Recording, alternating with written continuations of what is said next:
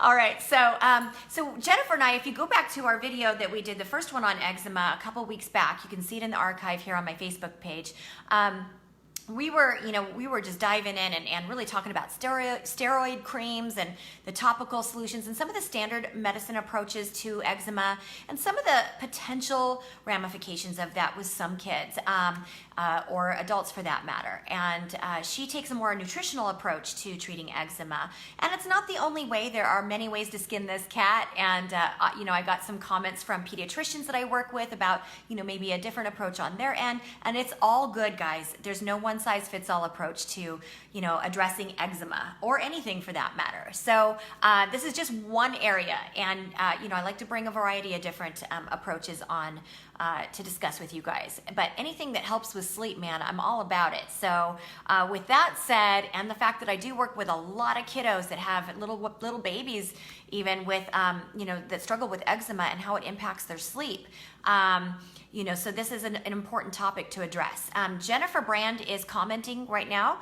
If you look, she's going to share a link to her website with the details about what she planned to share with us today that I can't seem to make happen because every time I try to put her on my split screen, the whole video shuts down. So there you see her links. JenniferKarenBrand.com, a functional approach to infant eczema. It's a really great article. I recommend that you guys go there and check it out. It's a really important topic when it comes to sleep, and many of your little ones are struggling with that, and we want to make sure that we talk about that. And again, sleep is my lane. Lactation is also my lane. And I've worked with a lot of kids that struggle with this stuff and trying to help them sleep well at night. I can tell you that we're going to bring Jennifer back on another date for session 2 of this. But in the meantime, if you have stories, comments, questions, please post them below. And don't forget to visit Jennifer Brand's website here. She's posting some great stuff. And she says, sorry, everyone, there are some simple diet hacks we can use whether we are bottle feeding or nursing our babies. And thank you, Jen, for reminding me of bringing that up again. In our first segment a couple weeks ago, again, you can find that here in the archive Facebook Live videos on my Facebook page here. We promised that we were going to address the lactation situation versus, feeding formula. A lot of the times, some of the stuff that we're ingesting can filter through to impact the breast milk and therefore have an effect on our child, especially if they're sensitive. Jennifer and I had this conversation kind of preparing for this segment yesterday, and she said there's also some diet hacks for mom and baby, and we want a diet rich in antioxidant nutrients that is anti-inflammatory. That makes perfect sense. We really do want to be consuming foods that have an anti-inflammatory impact on us rather than an inflammatory impact, because that eczema is an inflammation of the skin. If I'm correct in that, is that right, Jennifer? And you're going to give us more details in that link that you shared with us on what we should be eating, which is key. Like, really, let's just get down to brass tacks and talk about what we should be eating if our baby especially is suffering from eczema and we're breastfeeding, and that's kind of impacting them on that level. And Jen, let me ask you this. What is, and you guys follow along, she's commenting like crazy here in the feed, which is great. We're making the best of this crazy, tech, issue here that we're having with the split screen and bringing her on, but she's doing, commenting wonderfully here. Jennifer, what about formula? Is there, I know it's, it's a different situation when a baby is formula fed as opposed to consuming breast milk when it comes to eczema. How does formula impact? She's typing like she's on fire right now, so just bear with us. You're going to get some great stuff here in the comments, and I'm going to read it out loud if you're not keeping up with, Jen's comments here. Okay, so, oh, yeah, true. Okay, so she says, yeah, so common formulas are cow's milk and soy. Duh. So if there's, an issue, a sensitivity to cow's milk, then and many are sensitive to those, both soy and cow's milk. It could cause those flare-ups with, inflammation and eczema. That makes perfect sense. So I guess, it's going to be a little bit more challenging for kiddos who are consuming formula to avoid these things. But Jennifer says here again, so she says, so we can try protein hydrolysate formulas. Read that there. Okay, so it's HYDROL YSATE formulas. So in the case I'm pronouncing, not pronouncing that correctly. So hydrolysate formulas. These are, okay, she's giving me the thumbs up. She's like, yeah, you're pronouncing that right. And if I'm not, you guys go to that article. She put the link in here, again, to her website where you can read up all about this stuff. So these are hypoallergenic formulas. And I'm assuming, Jennifer, that we can get those recommendations or a prescription or something like that from our pediatrician. Is that correct? And if breastfed, removing common trigger foods from the diet can help. Yeah, and common trigger foods could be, anything that's, cow's milk related, right? Cow's milk is, goat's milk is better tolerated, you said, than cow's milk? That's good to know. And dairy products in general, right, can be trigger products. Eggs, I did not know that. So interesting. Eggs can also be a trigger food in your breast milk. If you're consuming them as a mother and you're breastfeeding your child and your child's got eczema, it might trigger a flare-up. That's good to know. I never knew eggs. Let's see what else you have here. I'm going to push the see more button here. And soy. Yeah, soy is a common trigger. I've heard that. And gluten and wheat. That I did not know either. That's why I have you here with me, Jennifer, because this is your lane, sister. I love this. Okay, we're getting already a lot of good information in spite of this split screen situation not happening here today, because every time I try to pull her up, the whole site just explodes and shuts down. So she's doing a great job here helping me out, giving you guys the information you need on the nutritional approach to eczema. All right, so Jennifer says, so yes, talk to the pediatrician about different formulas, and that's the list of common eczema food triggers so mom can try to remove these from the diet. And from what I do know as a certified lactation counselor, putting that hat on, it does take at least 10 days minimum of complete elimination from the diet of whatever it's, dairy or whatever, your soy, these foods, eggs and all of that, gluten, wheat, that you're talking about here that can be trigger foods. It does take at least 10 days to start seeing results of eliminating that from your diet entirely. Is that correct? If not 2 weeks?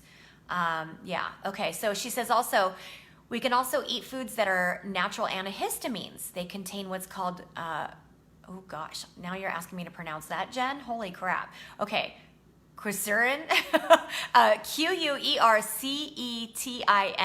These include apples, blueberries, cherries, broccoli, spinach, and kale. Okay, so these foods that Jennifer is listing here in the comments below contain natural antihistamines. So that's going to help reduce flare-ups and inflammation with eczema. If you're breastfeeding and you're consuming these, and you're breastfeeding your child, these things can actually help in reducing those flare-ups. That's wonderful to know. And gosh, total news to me. I had no clue. I bet many of you guys probably didn't know these things either. I mean, I thought I've been around the block a few times and heard some, all kinds of wonderful stuff from all of my collaborative providers, but this is really new. This is really kind of exciting. And I'm not gonna lie, I do love a nutritional approach to most health and well-being, as a preventative measure. And even, in some cases, when my daughter was ill, we used a nutritional therapy that really helped, a great deal. And I know many people who have helped treat, cancer and different things, just all kinds of different stuff, really focusing on nutritional therapies. So, what we eat has an impact on our body. Whatever we consume, put in or on our bodies is going to have an impact, and that can be either positive impact or a negative impact. And so, preventative measures with healthy eating and a healthy diet and things that we know have these incredible natural ingredients and components that can help reduce eczema can be very helpful if maybe your conventional approach with medicine hasn't worked, or your child is having a negative reaction to some of those steroid creams, and how those can sometimes impact the endocrine system, kind of jacking up our hormones a little bit, like Jennifer mentioned a couple weeks ago in our first segment about treating eczema with this different approach, nutritional approach, and what some of these creams can potentially do. So this is really good information. Jennifer, you've been so helpful. I'm going to see what else, if anything, you've put up here. Oh yeah, you're going. All right, Nina Spears is here. Hey everybody, baby chick in the house. Love me some Nina Spears. If y'all haven't been to her website and her stuff, she is thebomb.com, like birth on crack. You guys need to like check Nina Spears out. If you've heard of Baby Chick, I love her. She's fabulous. I've known her for years. So glad you're joining us. Jolene's here. Hey girl, what's up? One of my colleagues, my sleep sisters from back in the day. All right, let's see what else Jennifer here's putting up. Let me just scroll back. All right, so Jennifer does say, yes, if you try an elimination diet, go for 3 to 4 weeks. So instead of like what I was saying earlier, I mean, we do know, from Healthy Child that, if you're thinking that it could be a milk allergy or something like that, 10 days is the minimum. But Jennifer is saying that you want to really go 3 to 4 weeks on your elimination diet, just to really make sure that some of those things that we mentioned, the soy, the dairy, the wheat, the gluten, is not, just to eliminate those and see if that can help. What else do we have here? Close enough, yeah. Mom can eat these, and also baby, once they are eating, you can puree these foods. Right, so that list here that Jennifer gave us of the foods that contain that ingredient that I couldn't pronounce, and it's in the article, so look up the link that she put to her website with all the details of this. But she said apples, blueberries, cherries, broccoli, spinach, and kale. So when your child is around that 6-month point and they're starting to eat solid foods, puree these things. If they've got eczema and you feed these things to your baby, they have that natural antihistamine that she talks about. That can really help reduce those flare-ups and those triggers that can really exacerbate those eczema symptoms. Thanks, Jen, for reminding me of that. Okay, that's great. Probiotic foods can help too, and these are, here we go. Just gonna list some probiotic foods that are also helpful, and I'm all over the place with this camera. This is just a whack day for me on Facebook Live, just bear with me. So probiotic foods that can help too are sauerkraut, kefir, which is kind of like the more liquid consistency of yogurt. It has higher amounts of antibiotics. I personally love that. I used to make probiotic smoothies for myself and my kids when they were younger and at home. Teenagers, as they eat so much crap sometimes. I just like, we just need to pump some probiotics into you. But kefir is a great way to add protein and probiotics to smoothies with vegetables and fruits and all of that stuff. Yogurt, of course. If avoiding dairy, she says you can use coconut yogurt. So that's interesting, Jennifer. I didn't know that coconut yogurt also had probiotics in it.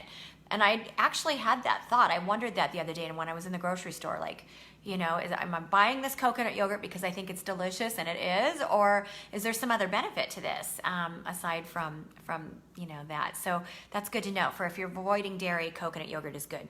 Kimchi, love kimchi, yes, all day long.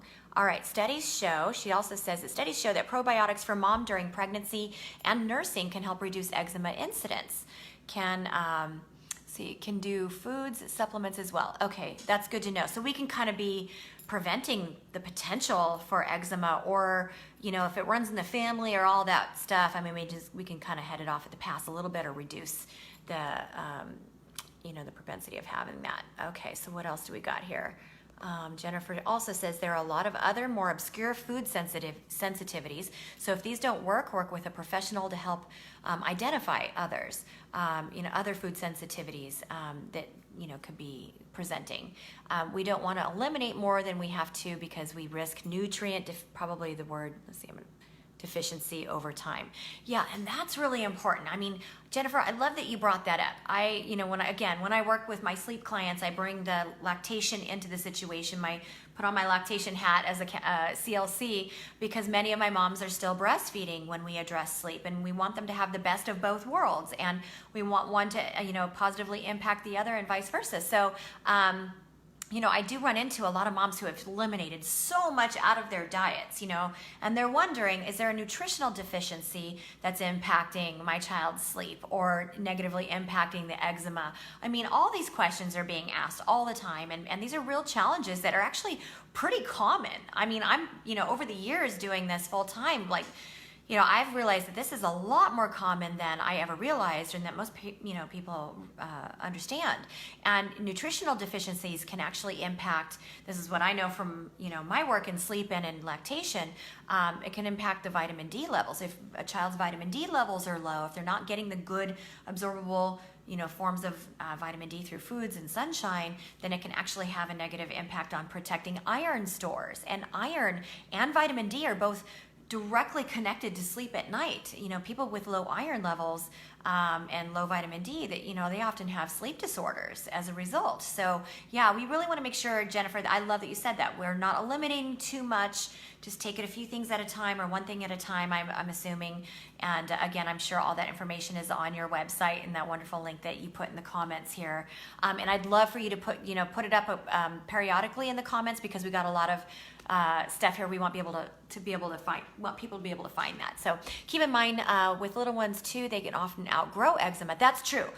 When my kids were little, like 20 something years ago, a couple of my kiddos had eczema, and they did outgrow it. And that's some light at the end of the tunnel, which is great. And actually noticing that she outgrew it, the more that she was able to, really get into those solid foods, because I really believe that the nutritional stuff that we did may have had a really good impact on, curtailing that eczema.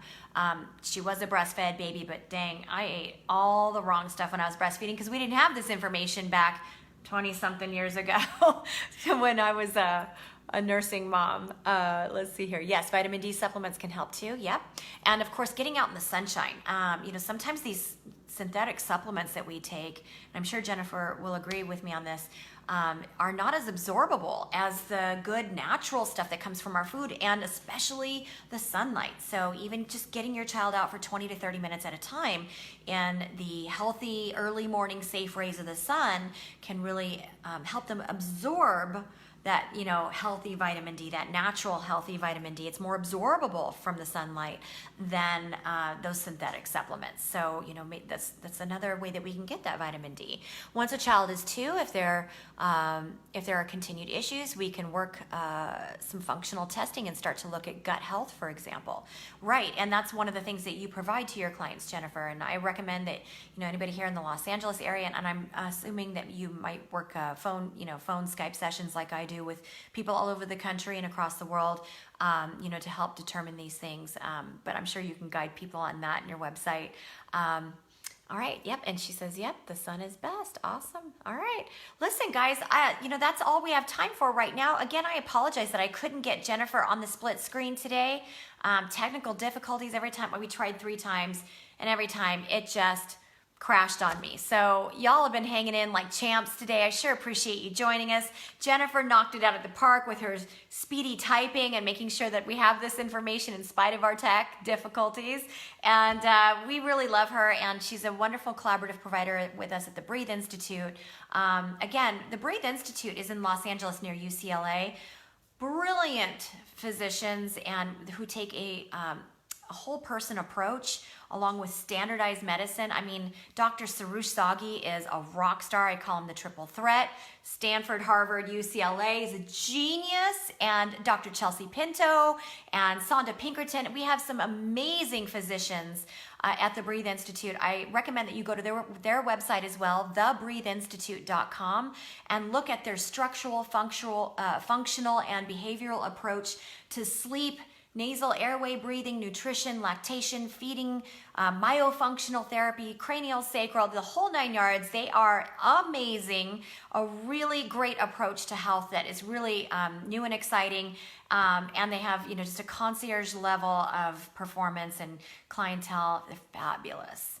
And I am really honored. Jennifer and I are both honored to be a part of that collaboration there. And we hope that you feel welcome to contact us either through the Breathe Institute. Jennifer's website is here, jenniferkarenbrand.com. And of course, Jenni June, that's me. I'm a certified child and family sleep consultant. I also work with adult sleep hygiene, and I'm a certified lactation counselor. You can go to my website. My website is jennijune.com, and you'll find all kinds of videos and blogs and helpful information, and my services and pricing page. I'm available for personal one-on-one coaching, with sleep and also lactation. So you're welcome to join me there. And you can also comment on my website and email me directly through my website and present your case or your struggles, and I'll be happy to respond to you. All right, guys, thanks again for all of your wonderful participation. Join me here again next week, Thursday at 1 o'clock. We're going to do some cool stuff, talking about sleep, getting really down and into that. So we'll see you next week at 1 o'clock Pacific time. Thanks. Take care.